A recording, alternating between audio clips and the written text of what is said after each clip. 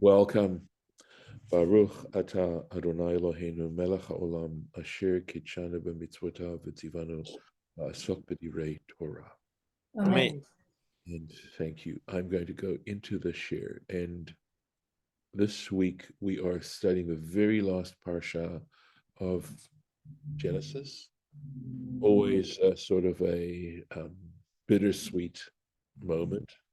And essentially, we've resolved the story of Joseph that was took over 3 weeks to go through, and now we are in Parshat vaYechi, and because it's called vaYechi, it means and he lived, and essentially we're talking about the departure, the death of Jacob, and subsequently Joseph as well. So it's interesting, like for Chaye Sarah, we're talking about the death of Sarah. And at the end of that parsha, we talk about the passing of Abraham, that it's associated with this word Chayim, right? Which is a plural, right? A duality, Chayim, like Ofnayim means a bicycle, or Einayim means eyes. It talks about pairs. So Chayim talks about the pairing of this life, and I suspect the next one. So we're here, we are into the Parsha. It starts off with Jacob realizing that his life is coming to an end, and he summons Joseph, and Joseph brings his two sons, Ephraim and Manasseh, to see Jacob, and Jacob blesses those sons, and he also tells Joseph how he is going to give him an extra portion because he's the firstborn of his beloved Rachel. So here it is, right, coming right into this here. This is Jacob speaking to Joseph. But ani, as for me, natati lecha Shechem echad. I should possibly say that even though this is a relatively short parsha, it is a difficult parsha. The meanings are hidden. It's and here's an example right here. Whether there is a double meaning to the Shechem echad, I have given to you a Shechem Achad, which could be translated, and Rashi's going to play with this both ways. It could mean the place, which we know, we've already come across it, the place called Shechem, right? And we know about the incident that took place at Shechem. It involved Dinah, you may recollect, and then the killing of the population of the men of Shechem, the inhabitants of Shechem. So Shechem Achad, one Shechem. So if Shechem is the name of a place, one Shechem sounds interesting as to what that could possibly mean. But as well, I'll let Rashi explain it. Al achecha, over your brothers, asher lakachti, which I took miyad ha'emori, from the hand of the Amorite. And again, there's all kinds of questions you can put in here because did he in fact take it, or was it in fact Shimon and Levi who essentially led that particular sortie? At any rate, that's what he's saying here. And we could answer quickly by saying, in a way, of course, that if his sons did it, it was something he did. But we also know that Jacob wasn't happy about that. He really felt embarrassed and not happy. So anyway, Becharbi uvakashti, with my sword and with my bow. So let's take a look at the Rashis. And the Rashis tend to be long on these in this particular portion because of the fact that it's hard to make out exactly. So, Ba'ani natati lacha, and as for me, I have given to you. Lefi she'ata torech. So this is actually very lovely. It says, because you are going to occupy yourself, go to the trouble. That's the idea, right? That you're troubling yourself. Lehit asek bikfurati. Remember that what Jacob had extracted from Joseph was a promise that he would not be buried, he would not bury Jacob in the land of Egypt, that he would take him back to the cave of Machpelah in the land of Canaan. And so since he had commissioned Joseph busy himself and to take the trouble of doing this. It's, in a sense, Rashi is quoting the Midrash as to the quid pro quo. This is the reward he's getting for the fact that he was going to this trouble of bekvurati, in my burial. V'gam ani natati lacha, and I, for myself, natati lacha, am giving to you nachala, an inheritance, shetikaber ba, in which you will be buried. Ve'ezuzo, and what place are we talking about? Shechem. That is, in fact, where Joseph is buried. And I suspect, well, let me finish this up. Shine'emar, as it states, Yehoshua Kafdalit in Joshua chapter 24, Ve'et atzmot Yosef, and the bones of Joseph's remains, Asher Helu b'nei Israel, which the children of Israel brought up from Mimitzrayim, from Egypt, Kavru b'Shechem. They buried in Shechem. And so we read at the very last chapter of Genesis how Joseph tells them how God is going to bring them out of Egypt and to be sure to take his remains with them when they go up out of Egypt. So here is Joseph, who's had such a magnificent experience in Egypt, but not wanting to remain there and be buried there. And of course, there's significance about that. There also has to be some additional significance, I suspect, in the fact that we know about Shechem, that we have all that information about Shechem, and that in fact that's the incident that happened there and what that may symbolize, and have those things. I am not certain. I'd have to go back and check, but whether or not he was heading in that direction too when he was sold, but I need to go check. I could be wrong about that. But I'm trying to think to myself what literary associations we could have. But there's clearly significance when we're told specifically that Joseph is buried in Shechem. So, but we've got this expression, Shechem echad al achecha, okay? One Shechem over your brothers. So he says, Shechem mamash hi tieh lecha chelek. In other words, so he's saying Shechem mamash. What exactly he means here is, does he mean actual? Mamash means actual. Eshel Shechem, it shall be, the city of Shechem, tieh lecha, shall be for you. Chelek echad, a specific portion, one portion yetera, over and above alachecha, over your brothers. So I think Rashi is staying with the idea of Shechem being the city itself, but it's not going to end here. We're going to go on. See, Bacharbi uvekashti. So with my sword and with my sword and with my bow. Keshehargu Shimon v'Levi, when Shimon and Levi killed et Anshe Shechem, the population of Shechem, nitkansu kol svivotehem. So this is how Rashi explains, again, based on Midrashic material, how Jacob would say he did this, right? So kol svivotehem, all the surrounding population came together, lehizdaveg lahem, to unite against them, that is against Jacob and his family. V'chagar Yaakov kli milchama kenegdam, and Jacob girded on the weapons of war against them. So this is now understanding Shechem as referring to the city, the town itself. Davar acher, another interpretation. So alternatively, we go in a different direction. Shechem echad hi habechorah. So when we talk about Shechem echad, we are referring to the firstborn, additional, the bechorah, right? The firstborn portion. Sheitlu banav, that is to say that his sons should take shnei chalakim, a double portion. Ushchem lashon chelek, and this term Shechem also has a meaning of a portion. right? So it's got a double meaning, the meaning of the town of Shechem, but also Shechem meaning a portion.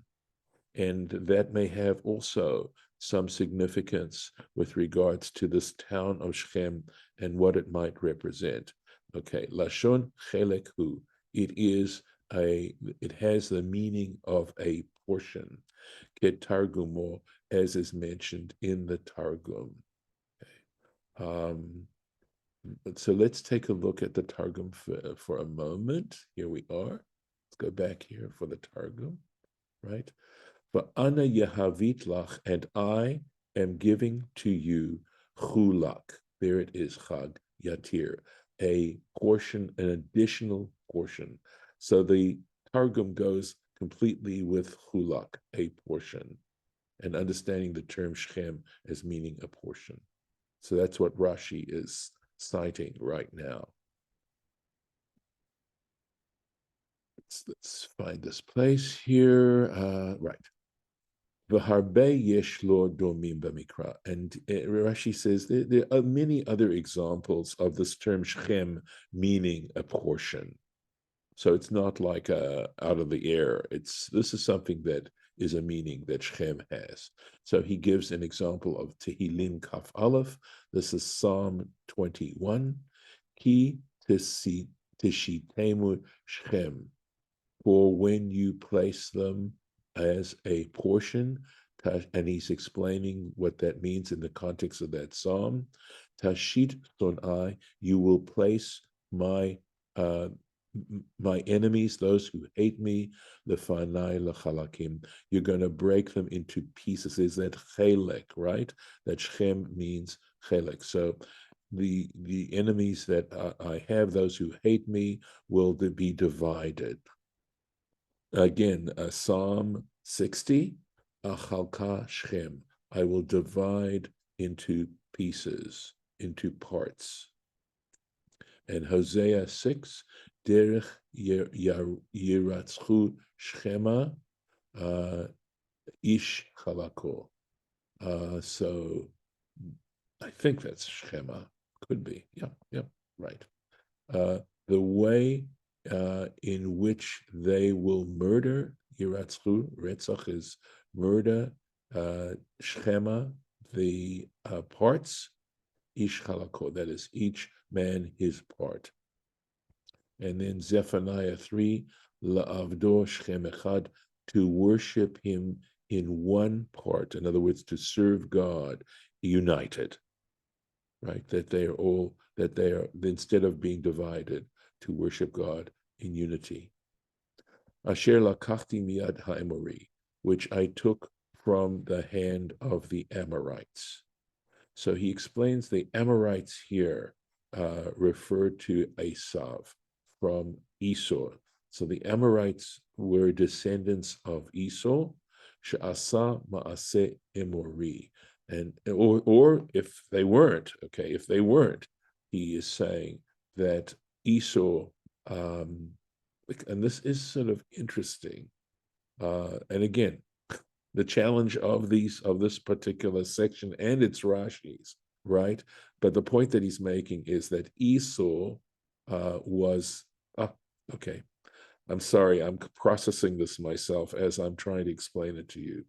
So it could be that here he is not talking about Shechem, the city of Shechem itself, but he's referring back to the fact that he took the birthright, and those parts from the earlier parts, okay?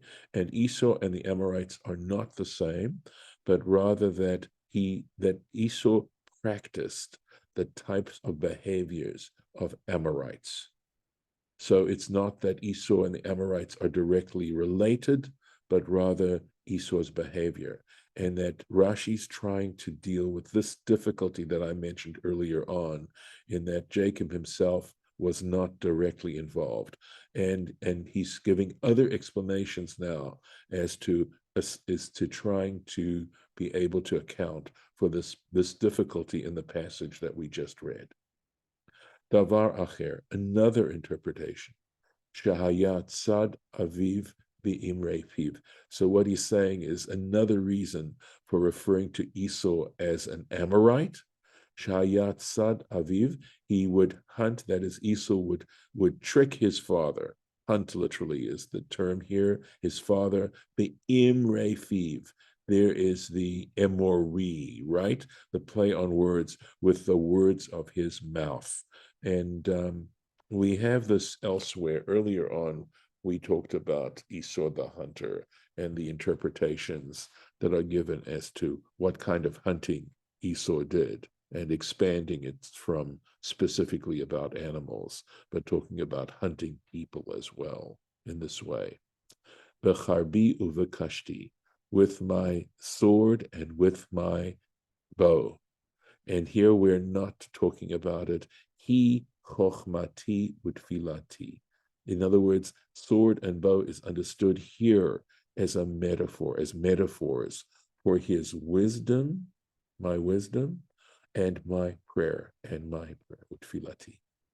And now there's one of these editorial comments to the Rashi here, trying to, again, what this is bringing out is the complexity of this Rashi that we're dealing with right now. Ve'ein ve're'aim, and check out the Re'aim, and I believe that's Eliezer Mizrahi, okay, Shekatav, who wrote, the Efshar lefaresh al chorbam shel Shimon veLevi, because you cannot say that when, this is the attempted explanation I gave earlier on, saying that since Shechem, going back to the idea of the city of Shechem, we know from the biblical narrative that Shimon and Levi were the ones who really carried this out. And how do we say then, how does Jacob say, my sword and my bow, when it wasn't his sword and it wasn't his bow, it was Shimon and Levi's? And I was saying, well, look, maybe perhaps we could say, well, since they were his sons. But then on the other hand, there was the other objection that he wasn't happy about it. He wasn't, and here he's talking as if he should get credit for it. Very, very difficult here. So the Re'aim is saying, you can't say it. You cannot take this literally. The Becharbi v'Kashti, you cannot take literally, because we talk about the sword of Shimon and Levi. Daha lo asu midato, lo aso midato. Lo asu, they didn't do, that is, Shimon and Levi did not perform this with his support.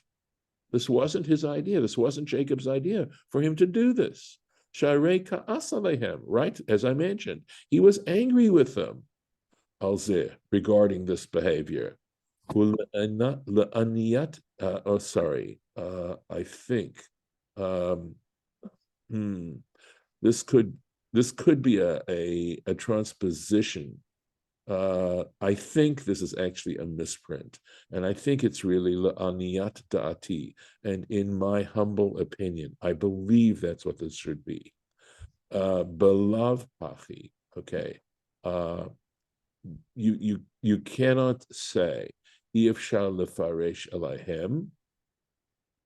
So I think he's saying you cannot say that it's regarding them, that in fact, that he's referring to their taking the city. Because netiat ta'am yeh al shenatnu lenosef. Because if you're saying he's referring back to Shimon and Levi, and that somehow we're saying, well, despite all that fact, it was okay. It was he really was taking credit. That is, Jacob felt comfortable taking credit for it. Okay, but then we've got another problem. Why would he have given it to Joseph if, in fact, he approved of what Levi and Shimon did? Why would he give Shechem to Joseph? Because in fact Shimon and Levi took the city becharbam uvekashtam, with their swords and with their sword and with their bow. V'halo adraba, and in fact just the opposite. Mizeh hatam, if this is in fact what we're talking about, Shimon and Levi, ra'oi sheinaten l'Shimon v'Levi. He should have given it to Shimon and Levi, v'lo liYosef. and not to Joseph. Vidok, of course, we know generally means that this is a strong argument, a compelling argument. So again, I realize this is complicated, and I hope you were able to follow what I was sharing with you. But regardless, we come back from this saying, there are portions of the Torah that challenge us and require study and hard work, and eventually we're able to maybe get a better understanding of what's going on. So we came to the end of a Parsha, to one of the portions here, and we're on to a new chapter. And this is the chapter where Jacob blesses his sons. And there's a difficulty with this. It's challenging. The language itself is poetic. The Hebrew changes to a poetic form of language. And also the fact that when we actually read the content of this, you wouldn't have classified it as a blessing. So we'll take a quick look at the beginning here, and we'll see what it says.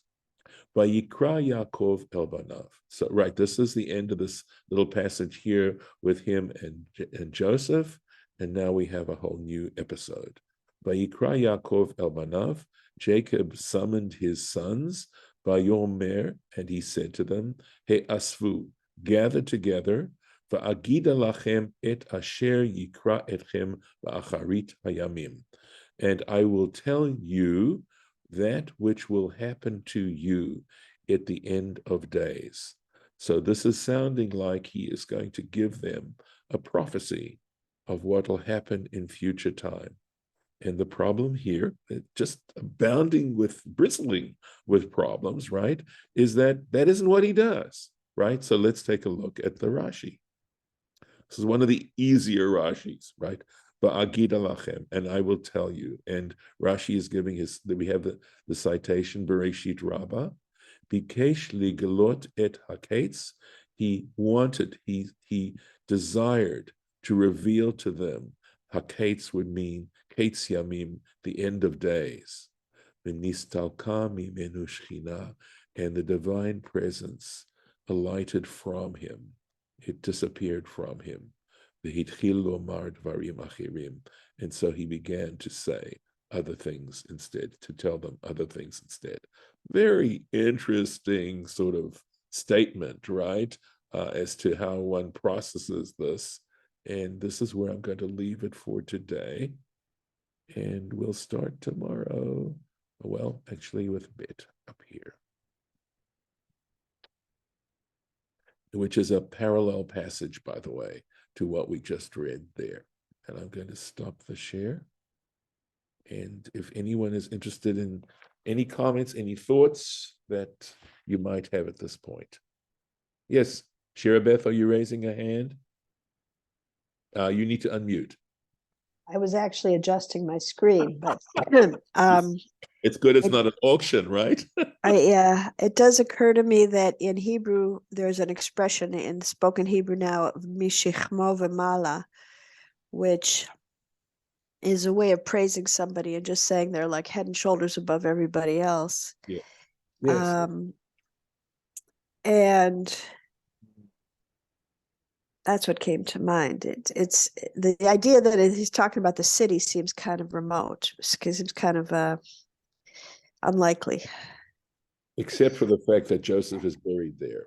And we know that, Abraham had to buy the cave of the Machpelah for himself and for a burial plot. So there is some support for that interpretation. And the truth is, of course, that it doesn't have to only have one meaning, right? There is some legitimate sense of ambivalence all over the place. I mean, I don't think it's limited to Hebrew literature. I think that literature itself, in a way, thrives on the possibility of more than one meaning to a statement.